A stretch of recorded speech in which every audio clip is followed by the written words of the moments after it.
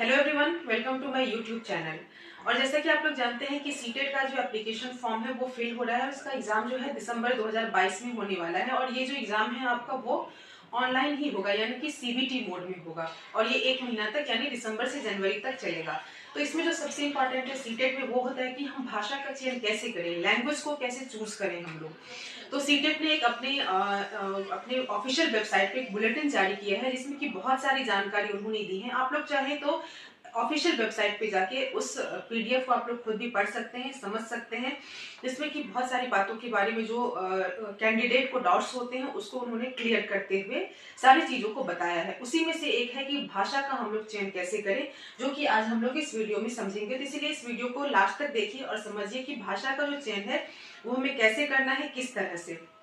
तो जैसे कि आप सब लोग जानते हैं कि सीटेट का जो एग्जाम होता है उसमें से कम 2 भाषाओं का हमें चयन करना होता है, जिसको कि लैंग्वेज 1 एंड लैंग्वेज 2 हम कहते हैं।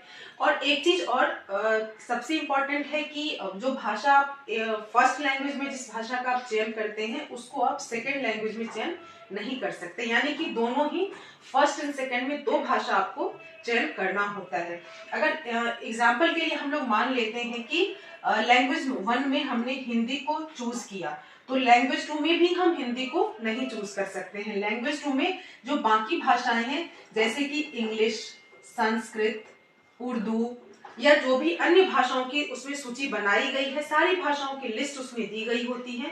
तो उसमें से जिस भी भाषा में आप कंफर्टेबल होते हैं, जिसका नॉलेज आपको होता है, आपको लगता है कि आपके पास उसकी जानकारी, उसका ज्ञान है, आप पढ़ के उसको पास कर सकते हैं, तो उस भाषा का आप उसमें चयन करिए।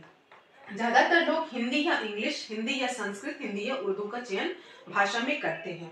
तो जैसे कि आप लोगों को पता होगा कि जो लैंग्वेज है, भाषा का जो 2 पेपर होता है, 2 हम भाषाओं का चयन करते हैं, वो 30-30 यानी कि 30 मार्क्स का दोनों भाषाओं का हमारा एग्जाम होता है। और 30 में से 15-15 में डिवाइड होता है। 15 मार्क्स जो है आपका वो कंटेंट पे होता है और 15 जो है वो पेडागोजी। पेडागोजी मीन्स की मेथड ऑफ टीचिंग, यानी कि उस विषय को पढ़ाने की विधि क्या है, वो विधि जिसके माध्यम से जो हमारे स्टूडेंट होते हैं, छात्र होते हैं, उस कंटेंट को, उस विषय वस्तु को आसानी से समझ सके, कॉन्सेप्ट क्लियर हो सके स्टूडेंट का और वो सीख सके।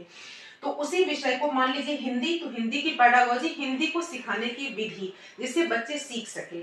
तो ये 15-15 में आपका डिवाइड होता है। जो कंटेंट होता है आपका लैंग्वेज में, भाषा में, चाहे वो हिंदी हो, इंग्लिश हो, संस्कृत हो, तो उसमें आप लोग देखेंगे, आप लोग अभी सीटेट को 10 साल कंप्लीट हुए हैं तो 10 इयर्स के क्वेश्चन पेपर आपको मिल जाएंगे। किसी भी प्रैक्टिस सेट की किताब ले लीजिए या फिर आप लोग वेबसाइट से भी इसको डाउनलोड कर सकते हैं। तो उसमें आप लोग देखेंगे कि इसमें ज्यादातर प्रोज पोएट्री यानी कि गद्यांश और पद्यांश के रूप में जो आपका कॉम्प्रिहेंशन पैसेज होता है वो दिया होता है और उसको पढ़ के समझ के उस पे आधारित जो प्रश्न होते हैं उसको आपको हल करना होता है। और बाकी जो पेडागोजी है वो तो हिंदी शिक्षण से संबंधित होते हैं। तो जो आपका पैसेज होता है यानी कि जो गद्यांश और पद्यांश पूछे जाते हैं, तो ये आप लोग देखेंगे कि जो भी, अगर आपके पास 5 इयर्स 10 इयर्स क्वेश्चन पेपर हैं तो कम से कम 10 से 15 सेट आपको क्वेश्चन सीटेट के मिल जाएंगे। उसमें आप लोग देखेंगे कि पैसेज जो होता है प्रोज या पोएट्री, वो कभी भी सीटेट जो है वो रिपीट नहीं करता। हर बार नया जो पैसेज होता है कॉम्प्रिहेंशन टाइप में, चाहे वो प्रोज हो, पोएट्री हो, गद्यांश, पद्यांश जो भी हो, वो नया ही होता है। इसीलिए कभी भी आप लोग अगर ये सोच के प्रैक्टिस करिए, उस फॉर्म उसको स्ट्रक्चर देखिए कि किस तरह से वो पूछते हैं, किस तरह से क्वेश्चन पूछा जा रहा है, उसका आंसर किस तरह से वो फ्रेम करते हैं। तो उसको इसीलिए प्रैक्टिस सेट बनाइए ताकि उसको आप लोगों को वो चीज क्लियर हो सके, बाकी वो कभी भी रिपीट नहीं होता है।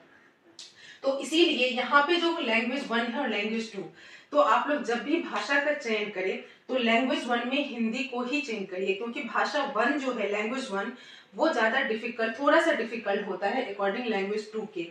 तो इसीलिए जो हिंदी भाषा है, तो हिंदी क्योंकि हमारी डेली लाइफ की बोलचाल की भाषा है, तो ये हम आसानी से, अगर जो भी प्रोज पोएट्री, जो भी पैसेज होते हैं, तो उसको हम लोग खुद से भी समझ के उस पे आधारित प्रश्न को समझ करके हम लोग सॉल्व कर सकते हैं। लेकिन जो इंग्लिश का होता है, क्योंकि इंग्लिश जिनकी बहुत अच्छी है वो तो बहुत आसानी से उसको सीख सकते, समझ सकते हैं, लेकिन बहुत लोगों को इंग्लिश उतनी अच्छी नहीं होती है तो उनको कठिनाई होती है। इसीलिए अगर वो भाषा 1 में इंग्लिश को चूज कर लेते हैं तो उनके लिए फिर डिफिकल्ट हो जाता है कि सीटेट को क्लियर करना।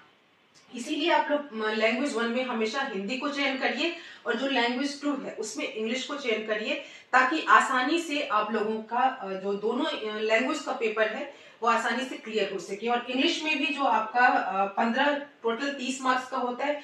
दूसरी भाषा में आपको जो भी लेना है, इंग्लिश हो, संस्कृत हो, उर्दू हो, जो भी भाषा हो, तो उसमें भी 15 जो है वो कंटेंट पे होता है और 15 जो है 15 मार्क्स जो है वो पेडागोजी में, यानी कि 15 आपका कॉम्प्रिहेंशन पैसेज दिया होता है, प्रोज पोएट्री हो सकता है, और जो 15 है वो उस भाषा को पढ़ाने की विधि क्या है, मेथड ऑफ टीचिंग क्या है, तो उस पे आधारित आपका होता है।